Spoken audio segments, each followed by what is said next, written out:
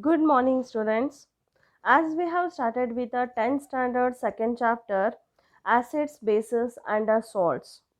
In this chapter, already we have completed with the acids and bases.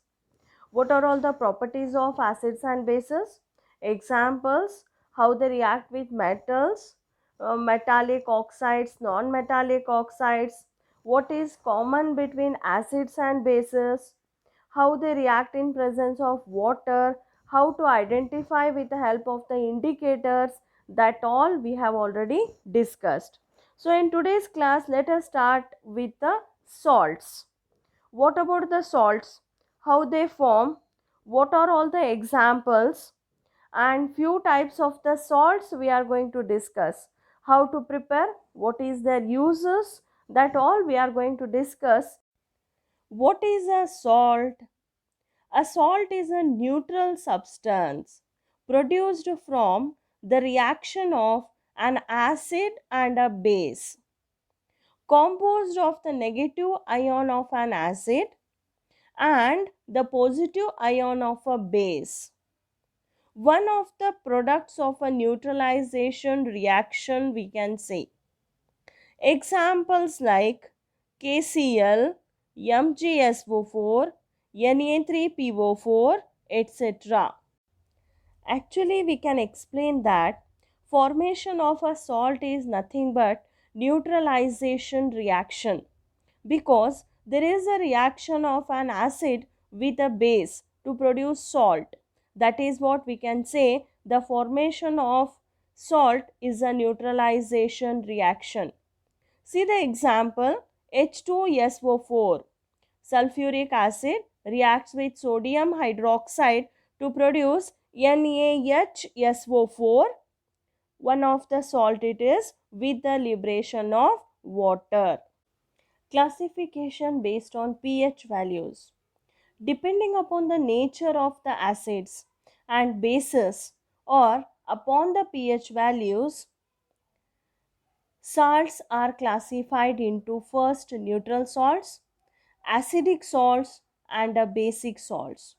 The first one is neutral salts, means both are strong acid and a strong base, right? Means they are neutral in their nature, and there is no change with the litmus paper, and their pH is 7.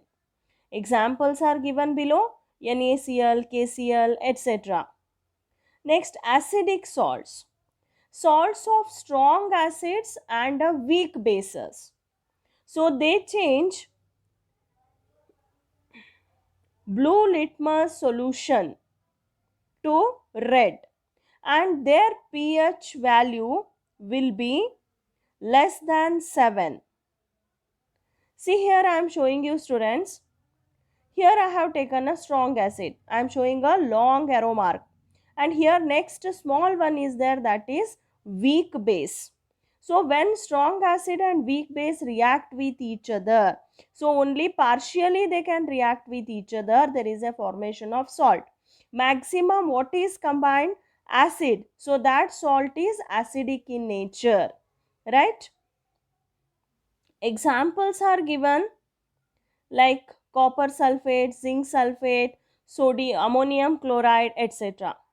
Next, basic salts. What you can understand? Strong base with a weak acids. See, here I am showing with the arrow mark. Strong base with a weak acid. When they react with each other, obviously the salt which is formed is of strong base, means it is pH is more than 7. The litmus paper, red litmus paper, changes into blue. Examples are given. Let us discuss these by taking one example from each. First, let us take the neutral salt, that is KCl. I want to find out which are all the acids and bases present in KCl. So if it is a KCl, it is having the acid, it will divide as K plus and K plus and Cl minus. So obviously it might be having one OH minus and a H plus. So the acid is a HCl and the base is KOH. Both are strong acid and strong base. That is what KCl salt is, neutral in nature. The second one, acidic salt. Let us take the example like zinc sulfate, ZnSO4. So it has formed by the zinc hydroxide, which is a weak base, with a sulfuric acid, which is a strong acid. By the combination you are getting the salt which is acidic in nature because acid is strong. The third one is basic salt. Let us take the example of sodium acetate, CH3COONA. So this has formed by the acids and salts called acetic acid, that is CH3COOH plus NaOH. As you know students, NaOH is a strong base and acetic acid is a weak base. Hence acetic acid is a basic salt. Students, here is one activity. This is the activity to identify the nature of some commonly available salts. See the columns. The first column is name of the salt, their formula, whether they are soluble in the water or not. So take a pinch of salt in a test tube which contains water. If it dissolves, the salt is soluble in water. And you have to write the acid derived from and what is the base present in that salt. You have to identify the pH and what is the nature of the salt. Try to fill this table students. Let us fill this table by taking one example students. Let me take the example of sodium acetate CH3COONA, which is soluble in water.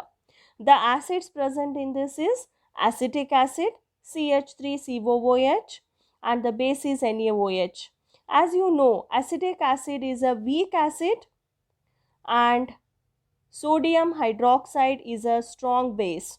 So obviously base is a dominating, that is what the salt will be basic in nature and its pH is more than 7. It is basic in nature. Let me explain by taking another example, that is potassium nitrate KNO3. So with this you can understand that the acid present is HNO3 nitric acid and the base is KOH. As you know, both are strong acid and the strong base. So if both are strong, it will be neutral salt. So the pH is equal to 7, means it is neutral. Nature, what you will write students? Neutral. Like this you have to fill full table and understand. Students, I have given you here the completed table. First you write and check out whether you have written right or not. Okay.